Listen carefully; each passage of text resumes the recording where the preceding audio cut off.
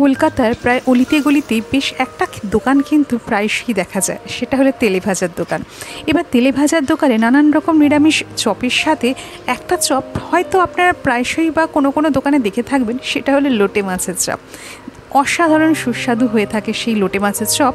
এবার সেই লোটে মাছের চপের সাথে আমি একটা রেসিপি এখানে মিক্স করার চেষ্টা করেছি, সেটা হলো ব্যাটার ফ্রাইয়ের।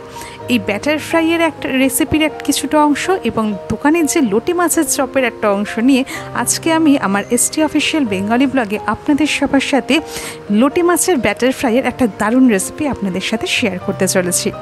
এই লোটে মাছের ব্যাটার ফ্রাই বানানোর জন্য আমি এখানে নিয়ে নিয়েছি লোটে মাছ প্রায় 7-8খানা মতো। চেষ্টা করেছি আমি এখানে একটু ছোটো মাপের লোটে মাছগুলো নিতে, যেহেতু আমি যে কড়াইতে রান্নাটা করব সেই কড়াইটা একটু ছোটো মাপের।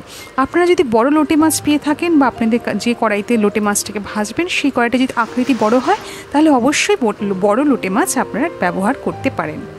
লোটে মাছটাকে ভালো করে ধুয়ে পরিষ্কার করে নিয়ে আমি 2 টুকরো করে নিয়েছি, আর এর মধ্যে দিয়ে দিচ্ছি একে একে স্বাদ অনুসারে একটু নুন, কাশ্মীরি লঙ্কার গুঁড়ো আর আদা রসুনের পেস্ট। এবার এই সমস্ত উপকরণগুলোকে দিয়ে লোটে মাছটাকে বেশ কিছুক্ষণ ম্যারিনেট করে রেখে দিতে হবে। চেষ্টা করবেন কম করে হলেও 30 মিনিট যেন লোটে মাছটা ম্যারিনেট করা থাকে, কারণ এই ম্যারিনেশনের ওপরেই কিন্তু এই লোটে মাছের ব্যাটার ফ্রাইয়ের রেসিপিটা বা এর টেস্টটা ডিপেন্ড করছে। যত সুন্দর এই ম্যারিনেশনটা হবে ততটাই কিন্তু সুস্বাদু হয় এই ব্যাটার ফ্রাইটা খেতে। ম্যারিনেশন করার পর বা ম্যারিনেট করার কিছুক্ষণ পর দেখবেন লোটে মাছ থেকে বেশ অনেকটা জল বেরিয়ে আসছে, ওই জলটাকে কিন্তু ছেঁকে ফেলে দেবেন। এবার আসুন আমরা এই লোটে মাছের ব্যাটার ফ্রাইয়ের সেই ব্যাটারটাকে তৈরি করে নিচ্ছি। এর জন্য আমি এখানে নিয়ে নিয়েছি 2 চামচ মতো ময়দা আর 1 চামচ কর্নফ্লাওয়ার, আর দিয়ে দিয়েছি সামান্য একটু কাশ্মীরি লঙ্কার গুঁড়ো, স্বাদ অনুসারে একটু নুন, দিয়ে দিচ্ছি এখানে বাটার। এর বদলে আপনারা যদি সাদা তেল ইউজ করতে চান করতে পারেন, কিন্তু বাটারে একটা কিন্তু অসাধারণ সুন্দর টেস্ট আসে এই ব্যাটারটা থেকে, আর যার জন্য কিন্তু এই টেস্টটা একেবারেই অন্যরকম হয়ে যায়। দিয়ে দিয়েছি একটুখানি বেকিং পাউডার, খুব সামান্য, আপনারা যদি চান বা না চান সেটা অ্যাভয়েডও করতে পারেন। তো এবার এই সমস্ত উপকরণগুলোকে বা শুকনো উপকরণগুলোকে বেশ ভালো করে একটু মিক্স করে নেবেন। মিক্স করার পরে অল্প একটু নর্মাল রুম টেম্পারেচারে থাকা জল একটু একটু করে দিয়ে এই ব্যাটারটাকে তৈরি করে নিতে হবে। ব্যাটারটা তৈরি করার সময় খেয়াল রাখবেন খুব পাতলা কিন্তু এই ব্যাটারটা একেবারেই হবে না। ব্যাটারে কিন্তু একেবারেই হলুদ দিতে যাবেন না, তাহলে কিন্তু কালারটা একদম অন্যরকম হয়ে যাবে। তো দেখুন এখানে যে ব্যাটারটা তৈরি হচ্ছে সেটা কিন্তু একটা থিক ব্যাটার তৈরি হবে, আর ব্যাটারটা এতটাই ঘন হবে যাতে মাছটার ওপর যেন একটা ঘন লেয়ার তৈরি হয় বা একটা মোটা আস্তরণ যেন তৈরি হয়। যেহেতু এই ব্যাটারের মধ্যে আমরা বাটার যোগ করেছি সেজন্য এই ব্যাটারের মধ্যে কিন্তু অনেকটাই সুন্দর শাইন এসছে। আর এই ব্যাটারটা তৈরি করার জন্য আমার এই 1 কাপ যে বাটিটা আমি আপনাদের দেখালাম ছোটো বাটি, সেই বাটির মতো 1 বাটি জল আমার দরকার পড়েছে। এই দেখুন ঠিক এই রকম একটা থিকনেস কিন্তু এর মধ্যে দরকার আমাদের। একটা জিনিস আমি আপনাদের দেখাতে ভুলে গেছিলাম আর আমিও দিতে ভুলে গেছিলাম, সেটা হচ্ছে আদা রসুনের পেস্ট। আমরা আদা রসুনের পেস্ট ম্যারিনেশনের সময়ও ব্যবহার করেছি মাছের, আর এই ব্যাটারটার মধ্যেও কিন্তু আমরা একটু আদা রসুনের পেস্ট দিয়ে দেবো, এতে কিন্তু টেস্টটা খুব সুন্দর হয়। একবার কিন্তু অবশ্যই ট্রাই করবেন। আর আমি এটা খেয়ে ভীষণ স্যাটিসফাইড আর ভীষণই সুন্দর হয়েছে। অল্প সময়ের মধ্যে এত সুন্দর মাছের একটা রেসিপি যেটা কি না বাড়িতে যদি বানান সবাই কিন্তু ভীষণ পছন্দ করবে। এবার এই যে মাছটাই ম্যারিনেট করে রেখেছিলাম তার থেকে জলটা তো আমি এক্সট্রা ফেলে দিয়েছি। এবার এর মধ্যে আমি একটু গুঁড়ো ময়দা ছড়িয়ে দিচ্ছি। এই গুঁড়ো ময়দাটা ছড়িয়ে দেওয়ার একটা রিজন রয়েছে, তা হচ্ছে কি এর মাছের ওপর একটা কোটিং একটা ময়দার এসে গেল, এতে কি হয় মাছটার ওপরটা একটু চ্যাটচ্যাটে হয়ে গেল।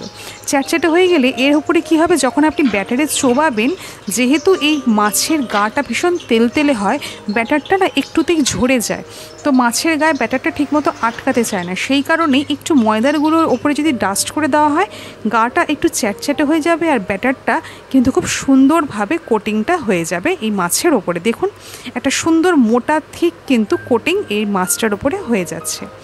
গরম আমি তেল অনেকক্ষণ আগেই বসিয়ে দিয়েছিলাম কড়াইতে, সাদা তেল, আর তেলটা কিন্তু বেশ ভালো পরিমাণে গরম করে নিয়ে আঁচটাকে মিডিয়ামে করে দেবেন।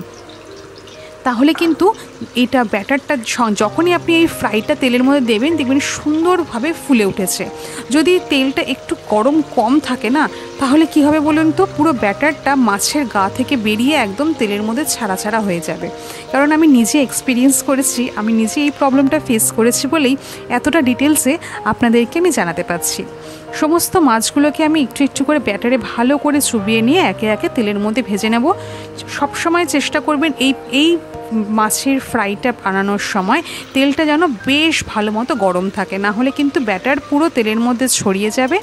আর কিন্তু মাছটা তখন যেহেতু মাছটা থেকে তেলের মধ্যে মাছটা পড়লে পুরো গলে যায় বা একদম জল ছিটকোতে থাকে মাছের থেকে, তাহলে কিন্তু তেল ছিটকোতে থাকবে।